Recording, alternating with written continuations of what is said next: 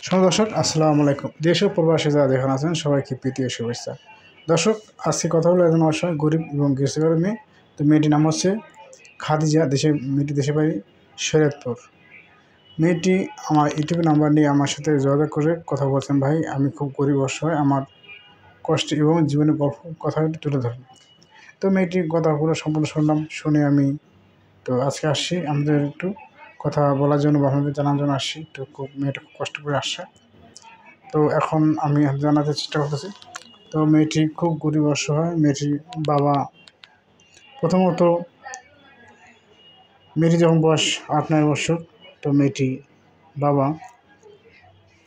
Breast cancer হয়।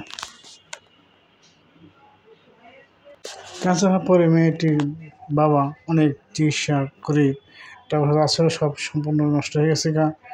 খুব আর্থিক দিকে খুব সংকট হয়ে গেছে। তো মেয়েটি অনেক ডাক্তার দেখাইছে, চিকিৎসা করাইছে, যা ছিল জমি খাত যা ছিল সম্পূর্ণ সব খরচ হয়ে গেছে।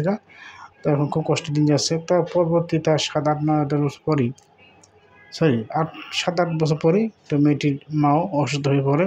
তো মেয়েটির মা সেগুলো কাজ করতে পারে না।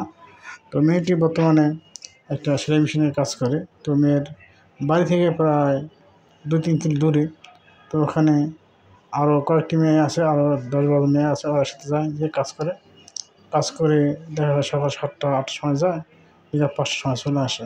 আসার পরে কিছু টাকা পয়সা দৈনিক দেয় না, সপ্তাহে টাকা দেয়, যা দেয় কিছু টাকা যা ইনকাম করে কাজ কাম করে এটা অর্ধেক ওই মালিক রেখে দেয়, দোকানের মালিক রেখে দেয়, আর বাকি টাকা মেয়েকে হাতে দেয়। তো সকাল যায় বিকাল আসে, যে টাকা গাড়ি ভাড়া যায়, অটো ভাড়া দেয়, ওই টাকা দিয়ে দেয় মালিককে। যারা 50 টাকা খরচ হয় ওই টাকা দিয়ে দেয়। বাকি মেয়েটি বাসায় এসে কাজকাম করে, বাসা বাড়ি কাজ করে বা নিজের বাসায় কাজ করে। দেখা যায় পরে 7-7:30 পরে ওই আশেপাশে যারা মেয়েরা আছে, বাচ্চারা আছে, ওদেরকে পড়াশোনা করে, আরবি এগুলি পড়াশোনা করে, যা ওখানে কিছু টাকা পয়সা পায়। এই মিলে দেখা যায় 5-6 হাজার টাকা ইনকাম মেয়েটির আছে। তো মেয়েটির মা অসুস্থ, মেয়েটির মাকে চিকিৎসা করাতে হয় এবং টাকা পয়সা ওষুধ পানি এনে খাওয়াইতে হয় এবং বাসা ভাড়া টাকা দিতে হয়, খরচ যা হয় দিতে হয়। তো এখন মেয়েটি খুব কষ্টে তার দিন যাচ্ছে। মেয়েটি বলার কোনো প্রকাশ করতে পারতেছে না, খুব কষ্টের সমস্যা তার। মেয়েটির বয়স 18-19 বছর বয়স চলতেছে। মেয়েটি বাংলা 9-10 পর্যন্ত পড়াশোনা করছে, বাকিটা পড়তে পারেনি বা আবি লাইনে পড়াশোনা করছে। তো এখন মেয়েটির বাবা মারা যাওয়ার পরে এখন মা অসুস্থ করছে, সেই মার চিকিৎসা করাতে হয়। তো এখন খুব কষ্টে তার দিন যাচ্ছে, সারা জীবন কষ্ট আছে। দেশের বাড়িতে তার মামা আছে, চাচারা আছে, কেউ দেখে না, সবাই ওই ইতিহার আসলে কিছু টাকা পয়সা দেয়। ভাই এই টাকাই হয় বলেন? যদি সারা বছর কিছু না আনতে পারে, ইতিহারে কয় টাকা হয়, ওই কয় টাকা কী হয়? সারা বছর মেয়ে কষ্টের দিন চলে। তো মেয়েটি বলছে, ভাই আমাকে একজন ভালো একজন মানুষ ধরে দেন, বা যে আমার সাথে সাথে থাকবে, আমার ভালোবাসা আমার বাবার কাছে পাবে, আমার সাহায্য থাকবে, আমাকে অবহেলা করবে না, আমাকে অযত্ন রাখবে না। আমি চাই এরকম একটা ভালো মানুষ সেই সাহায্য আমার সাথে থাকবে এবং আমার সাথে রাখবে। যদি বলে ভাই না, বিয়ে করে আমি বিদেশে যেতে চাই, সেটাও আমি রাজি আছি। আর বলে না, আমার আব্বা মা দেশে আছে, ভাই বোন আছে, তার সাথে রাখবো, সেটাও আমি রাজি আছি।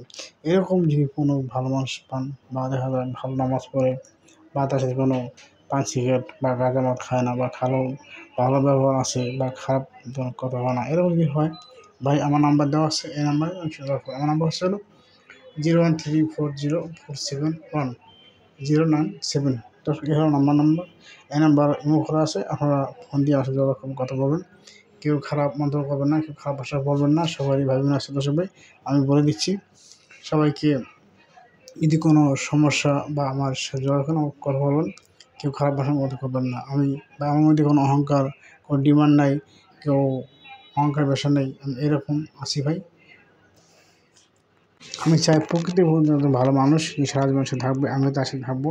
আমি চাই তাকে সাহায্য দেখে আমার জীবনে ভালোবাসা যা আছে তাকে আমি চাই।